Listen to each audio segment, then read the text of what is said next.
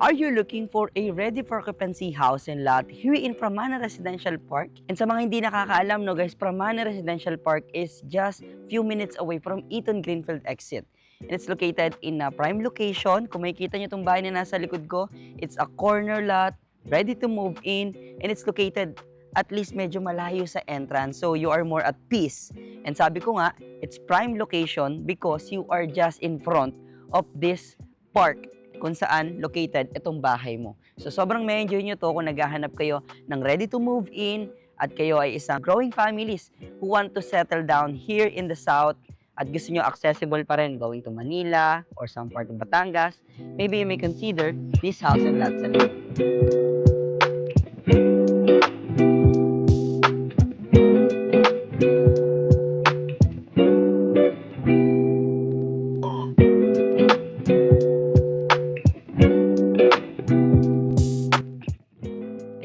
Hi everyone, I'm your host for today. I'm Carlwin Orga, your Prime Properties. And in this video, I'm going to show you a ready for occupancy house and lot dito located sa loob ng isa sa pinaka-exclusive na village inside Greenfield City.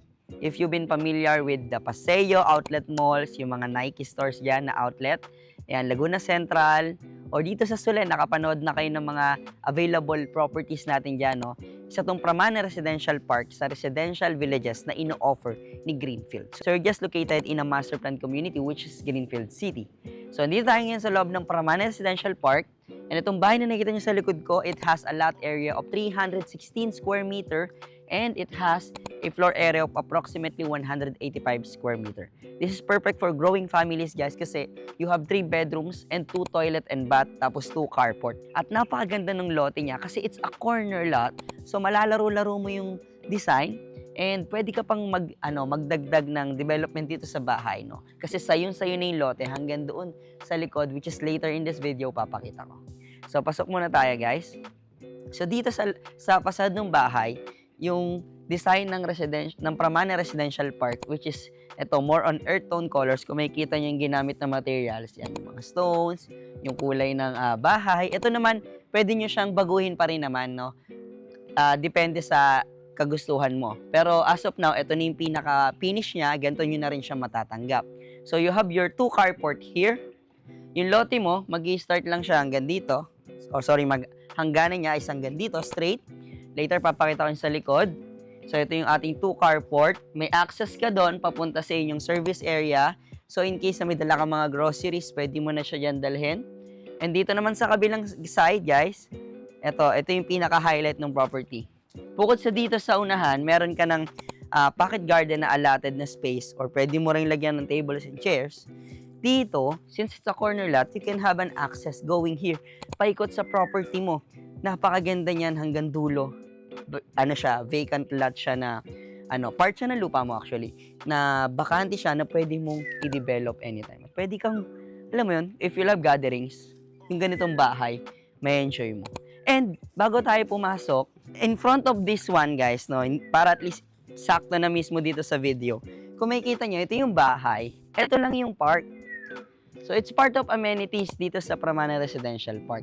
Eh, yung makakuha ka ng ganitong lote, because it's a lot-only project, sobrang prime nun, guys. Kasi actually, unang nabibili nga yun, unang nauubos kapag ka ino-open yung mga project. Pero ito, guys, you have your chance na maka-own ng isang prime location na house and lot. Tapos, ito, kasaharap mo lang yung park, corner lot, tas medyo dulo. Alam mo yun, if you value peace, if you love a space para sa family mo, ma-enjoy mo itong bahay na ito.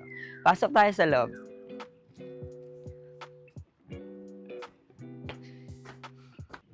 And ayan, pagpasok mo dito sa ating pinaka-property, no, or dito sa pinaka-bahay, you will be welcomed by an open living layout. So, pagpasok mo, this will be your living area. So, bubungad agad sa'yo is inyong living area. And I'd like to mention, no, kung makikita nyo, ang ganda ng ginawa nila dito kasi puro windows talaga siya. So, tatakpan nyo na lang siya ng mga magagandang curtains in case. Pero, in case lang na kagaya nito, hapon, tapos, alam nyo yun, pwedeng natural air na lang yung gamitin ninyo. Kagaya nga, wala namang aircon dito. So, ito, binuksan lang namin, ang lamig na. Since corner yung bahay, kung makikita mo tong buong ito, halos window yung nilagay. And syempre, just to highlight the corner, just to maximize being corner of this house, eto, ganito, bubuksan mo lang, tapos puro windows na. Okay siya. So pagpasok nyo guys, no, makikita nyo itong mga ilaw, pagpasensyahan nyo lang, pero you can change it naman.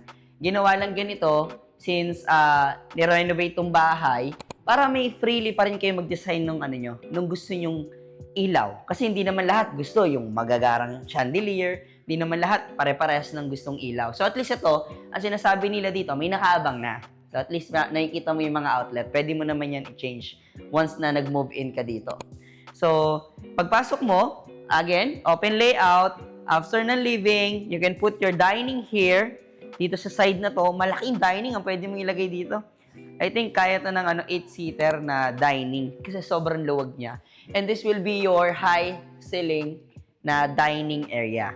Okay? So, dito, ang layout natin kung familiar kayo sa Greenfield, ang halos layout ng mga bahay nila dito is more on high ceiling, more on modern Asian tropical theme. So, dito, mas ine-encourage nila kayo na mas more on openness yung pinaka-layout ng bahay. Kaya to high ceiling. So, since high ceiling ito, pwede ka mag-design ng sarili mong chandelier dito. Okay? Sa ngayon, bakante lang siya at walang nakalagay, pero pwede ka pa rin maglagay, no? And since it's a corner lot, you have 2 access points. Ito yung papunta sa likod ng lote, which is I'm very excited to show you, pero later na. Ito muna, itong corner. So, pag labas mo dito, ito yung pinaka magiging lanay mo talaga. Basically, ito yung pinaka magiging lanay since ito yung corner. Pero, pwede mo nang isang tabi to. Pwede mo na lang gawing garden to kung hindi mo na ipipilit, no? Dahil napakalaki nung loteng yon sa side na sa likod. So, ito, pwede mo na lang gawing siyang garden. Or pwedeng play area or busy area ng anak mo. You can design it freely. Pero dito, from doon, sa lote mong yon sa may... Sige, puntahan natin. From dito, sa lote mong to, guys, from here, ayan, sagad. Dire-diretso yan sa pader. Hanggang doon, sa mismong dulo. This will be your lot. Kaya naman, halos doble siya ng mga regular lot dito sa Paramana Residential Park. You have a 316 square meter lots. So, napakalaki niyan, guys. Imagine nyo, ang alam ko, kapag more than 300 lots, more than 300 square meter lot, yung sukat ng lote mo, is pwede kang maglagay ng swimming pool. Yun ang alam ko, unless na bago na dito sa Pramana dahil may HOA. Pero, dito, ang point ko, kung 300, yung pa rin ang sinusunod, pwede ka pa rin maglagay ng swimming pool mo dito or deep pool. Diba? So, pwedeng-pwede ka kasi ang laki ng lote mo. And sabi ko nga, sobrang prime kasi you're just in front of the park, your corner lot, your 300 square meter irregular lot, walang bahay dito sa likod mo, you're single-loaded, sagad na dito yung lote mo, tapos dulo na kayo ng Pramana. Actually, para mas ma-visualize nyo, no, if you've been watching my videos sa YouTube, you know na magkapit-bahay lang ang Eton and Greenfield. And ang kanilang Pramana Residential Park level na development ni Eton is Riverbend. And that is Riverbend already. So, kung masasabihin mo, Carl, dulo kasi yan medyo hindi ko gusto kasi hindi ko alam kung ano yung kasunod, hindi ko alam kung secured. Guys, it's another high-end subdivision din. So, imagine, diba? Tapos wala na kayong katalikuran. And itong bahay naman dito, wala ring bahay si Riverbend. So, may enjoy mo yung airflow, yung openness ng bahay, and bubuksan mo lang yung mga window sa taas. Panigurado, sobrang lamig na dito sa bahay. Sa side naman, wala rin namang magpapark halos ng mga sakyan, walang dadaan, kasi dulo na rin siya. So, kung makikita nyo, sobrang premium ng loteng ito. If you like this kind of location ng house, no, yung location talaga ang dito itong property, it's just a bonus. Pero yung location, yung lote mismo, yun ang pinaka-value talaga nitong property na to. Kasi bibihira yung ganitong available na bahay. So again, you have your lot here, abot yan, 316. Ito yung pinaka pwede mong maging open. Pwede mong gawing lanay ito, kaya sa ICO pwede mo na skip yon. Gawin mo tong lanay, i-cover mo, or pwedeng hindi, or i-landscape mo para meron kayong mga pag-i-stayan ng mga kids mo. Pwede kayong mag-banding dito sa labas, no? Kung mahilig ka nga mag-golf, pwede ka maglagay dito. Kung gusto mo lang mag-practice ng swing mo. So, ang daming pwedeng gawin. Yun ang kinaganda. So, it's a corner lot. Yan, balik naman tayo sa loob. Again, it's an open layout. So, na-skip lang natin to kanina, but this will be your kitchen area. Nagrekta tayo doon because I was so excited. I want to share this part of the property kasi sobrang premium niya, no? So, this will be your kitchen area. Sobrang spacious din niya, no? Hindi siya masikip. And nandito na lahat ng kailangan mo. At maluwag siya eh. So, anytime na may gagawin ka, madali lang mag-navigate. Tapos, meron ka ditong allotted for refrigerator, I think. Pero pwede rin dito naman. Or pwede dito yung lutuan mo, pwedeng switch sila. Tapos meron ka ditong countertop kung saan pwede ka mag-prepare. Alam nyo, ito yung nakalagay sa model house ng Pramana, but hindi ko masyadong magustuhan tong ganitong design. So ito, pwede nyo itong i-change naman in case. Pwede nyo extend pa dyan, pwede hanggang dito na din, o pwede nyo i-retain. Pero ito kasi, may kagaya sa model house ako kasi mas more on So at least unique yung bahay. Alam mo, personalized talaga. Yung mga ganitong, lalo kung mahilig ka magluto, mahilig ka kumain. So ito, pwede mo naman i-change itong part na to. And you have your cabinets here, a lot of cabinets, and you have your access here going to your service area. So dito sa service area, ito, mayroon kang regular space kung saan pwede kang mag-laundry din, ayan. Tapos meron ka ditong kitchen sink in case lang din na na gusto mong hugasan yung mga pinamili mo bago may pasok. And ito naman sa side na to, ito yung pinaka-access mo papuntang carport. You have your 2 carport there. Guys, pinakita ko kanina sa intro. So dito, meron ka ring allotted na 2 doors. Hindi ko lang bubuksan kasi itong 2 door na to, meron siyang storage and parang ginawa din nilang powder room to eh. So, kung sakali, pwede kang maglagay dito, since malaki yung lote mo, pwede kang mag-extend ng maid's room. Kung sasabihin nyo na, Carl, walang maid's room. Paano naman yung maid ko? Paano naman yung angels ko? So, pwede naman kayo mag-allot ng isa pang room. Tapos, pwede nang ito yung maging toilet niya. Or pwede nyo rin idikit naman yun doon. Actually, depende sa inyo, guys. Kasi ito yung pinaka-model house din natin. Kaya yun yung naging design. Pero yung isa dyan, storage. So, very functional. So, yan. Ito yung carport mo. Meron ka ditong storage area. Tapos, nandito yung service mo. Pa-access mo papuntang likod, which is, you can make it as a your lanay na dito sa bahay. So, pasok lang tayo sa loob.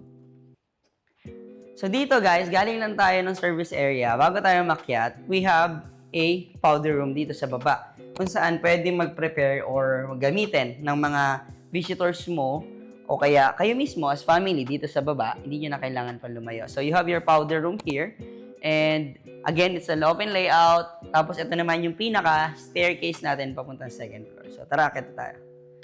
And then, pag-akit mo dito sa second floor, guys, dito mo naman makikita yung ating 3 bedrooms na available. So, pag-akit mo dito, i-welcome kahit nitong napakalaking windows mo. Tapos, pwede mo yan buksan ng curtains pag umaga para at least may morning natural light ka. O kaya pag ganitong oras, pag hapon. And you can cover it up naman. Pwede ka maglagay ng napakagandang curtains, no? So, pagpasensyahan nyo lang walang ilaw, but this will be the first bedroom. So, dito, ito yung pinaka magiging room ng mga kids mo. So, ito yung pinaka magiging view niya. Park siya, guys. Ayan, no? So, pwedeng, alam mo yun, na-imagine mo yung kalaro ng anak mo, tinatawag siya dito sa bedroom niya. So, ito, pwedeng ito yung maging room niya dito sa bedroom na to. Ito is the bedroom 1. So, may allotted na dito na air condition unit na butas. Tapos, since wala pang bahay nakatabi yung lote mo, pwede mo rin siyang buksan, no? Actually, kahit naman may bahay kasi hindi naman siya nakadikit. So, napasok pa rin yung natural light. Kung makikita nyo, maximize yung windows sa part na to. Since it's a corner lot, tapos dulong part na nga siya ng Pramana. So, wala nang mga obstacles masyado sa paligid ng bahay, which is a very good thing. And I want to highlight this one. Imagine nyo, yan yung view ng anak mo. O yan yung view nung gagamit ng kwarto na to. Napakaganda. Sobrang relaxing. Parang nakaka-excite umuwi, no? Kung estudyante ka ulit, no? Tapos ganito kaganda yung room mo. Parang nakaka-excite umuwi galing school. Dito naman tayo, that's the first bedroom. This will be our second bedroom. So, dito sa second bedroom, mas malaki lang siya ng kaunti. No? Mas malaki siya ng kaunti. And again, since it's a corner lot, tapos, grabe. Tapos, ito yung pinaka-excess ng lote mo, yung sa likod na pinunta natin sa baba. Ito yung pinaka-magiging view niya. So, good thing pala, hindi ko na-mention, pwede mo pa pala extend to kung gusto mo. Kung gusto mo pa ng another room, another 2 rooms, pwede pa eh. No? Tapos nasa likod siya ng property. If you have 5 kids or 4 kids, so pwede pa siya dito mag-allotted. And pwede ka maglagay ng playroom or play area. Sobrang dami mong pwedeng gawin sa lot. And again, since it's a corner lot, itong room na to, ang dami niya ring ventilation. And ito naman yung nakaabang sa kanya for air conditioned unit. So, let's proceed to the master's bedroom. Before we proceed to the master's bedroom, this will be our common toilet and bath dito sa second floor. So, wala lang ilaw. Pasensya nyo na. And itong space na to guys, no, bago tayo masok sa master's bedroom, since it's a high ceiling, so meron ka ditong parang air ventilation pa galing sa baba ng maaliwala. So, kung full air conditioned unit yung bahay mo, di ba? Malamig pa rin dito sa part na to. And, bago tayo pumasok, itong part na to, usually, ginagawa to, nakapasok na siya sa mga bahay sa Sulen, Paramana, alam yan, sa mga ibang video. And kung napapanood niyo yung ibang bahay na yun, ginagawa nila tong reading area or reading nook dito. Nakaalat lahat ng mga libro nila or at some point, art piece ng anak mo kung siya ay artist. Or kung mahilig naman sa instrument, so dito, pwede siyang maglagay ng instrument. So, anytime pwede siya mag-practice. So, let's proceed to the master's bedroom. We're now here at the master's bedroom. So, ito yung pinaka-magiging room ninyo ni ma'am. So, since it's a corner lot, kung mapapansin nyo, usually, yung harap lang yung pwedeng buksan. Binubuksan din yung gilid, pero hindi ganitong view. No? Ito, kung makikita nyo, yung view ng harap is yung nagpapaprime dito sa property na to. Ayan, no? Yung park. No? Yan yung makikita mo araw-araw. Tapos dito sa side naman na to, since it's a corner lot, meron ka ring view ng gilid ng property mo. And kung may garden ka dito, tanaw na tanaw mo yung garden na nila-landscape mo. Tapos, ito naman, since it's a master's bedroom, you have your ensuite toilet and bath. So dito, meron ka ng allotted. So pwede mo pa to syempre designan kasi medyo plain lang yung itsura niya, no? Wala pa nga siyang glass, pero pwede mo siyang laro-laroin. So dito, meron kang built-in cabinet na rin na naka-mirror na rin yung door niya. So nakakapagpadagdag din to ng laki sa kwarto kapag naka-mirror. So if you love it, then you can retain it. Pero kung gusto mo naman ay ibang design ng wardrobe, pwede mong palitan to. Pero this one is perfect na kasi malaki na. Kung gusto mo lang palitan, pwede. So dito, since it's a master's bedroom, you are the only one that has an access to your balcony. Very cute balcony. Anyways, so ito yung ating pinaka-balcony. Ito yung front din nung nasa bahay or sa baba kanina. And you're still facing the park. And sobrang ganda, ang lamig. No? It's 4 p.m. in the afternoon, sobrang lamig. Tapos, ayan, from the masters, pwede kang magstay dito. Ayan, habang naglalaro yung mga kids mo ng basketball. Ayan, may hoops kasi doon, may basketball hoop. Or dito, alam mo yun, nakikita mo yung mga kids mo. Pwede kang nagkakape. So, sobrang relaxing din ng vibe. Since dulo na nga, tignan nyo guys, habang nag-ouster tayo, ni wala man lang dumaan na tao. May dalawang dumaan kanina, naka-bike. Nag-video sa baba. Pero taga dito lang kasi siya. Pero yung ibang tao na umiikot dito sa area, wala. Kasi nga medyo dulo na siya. So yung privacy and yung peace ng bawat family member mo, ikaw mismo, mas makakapag ka dito, relax. No? And that's very important to a property. Yung tipong pag umuwi ka, may excite ka. Hindi ka matatakot sa traffic. Alam mo yun? So, ito, marerelax ka talaga. At hindi lang ikaw, pati buong family mo. Sa baba naman tayo sa baba, pag-usapan natin yung ibang details and price nitong property. And that's it for today's video. I hope na-enjoy nyo yung ating very quick house tour dito sa napakagandang bahay sa likod ko. And again, we're located here in Pramana Residential Park. Sa mga hindi nakakaalam, no, if you've been watching my YouTube videos dito sa ating channel, kung kayo ay familiar sa Sulen Residences, sa Trava, this is also a residential project of Greenfield Development Corporation. So it's located in a master plan community, which is Greenfield City. And the good thing here, it's very accessible via Eton Greenfield exits. Just 5 minutes away, guys. Nasa expressway ka na, whether you're going to Manila or some part of Batangas. And this property, again, has a lot area of 316 square meter for the lot area. And for the floor area, it has a 185 square meter approximately. It has 3 bedrooms, 2 toilet and bath, 2 powder room, and it has a 2 carport. And this property, it's a corner lot in front of the park, one of the amenities dito sa loob ng village. And it's a corner lot, tapos lahat ng excess na lot doon, papunta sa likod mo, ay part po ng property mo. And wala na ring property na itatayo sa likod mo. So, alam mo yun, yung ventilation ng property, at yung nakita nyo sa video kanina, sa house tour, lahat po yun ay talagang mamamaximize ninyo ng family mo. And this property is available on the market. We are selling this one for 25 million pesos only.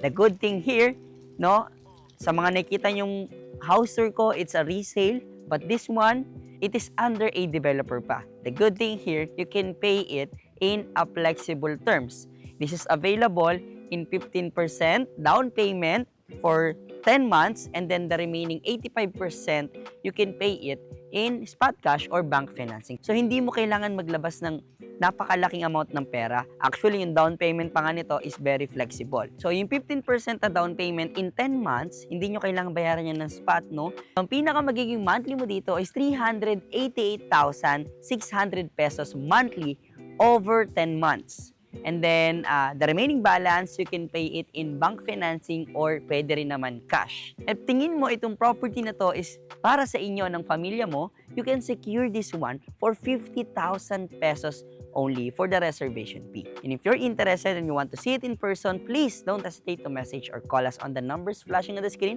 It is 639-6960-20739. Again, it is 639-6960-20739. It has a Viber, WhatsApp, and iMessage para sa ating mga kababayan abroad. And that's all for today's video. Thank you guys for watching. See you on my next time.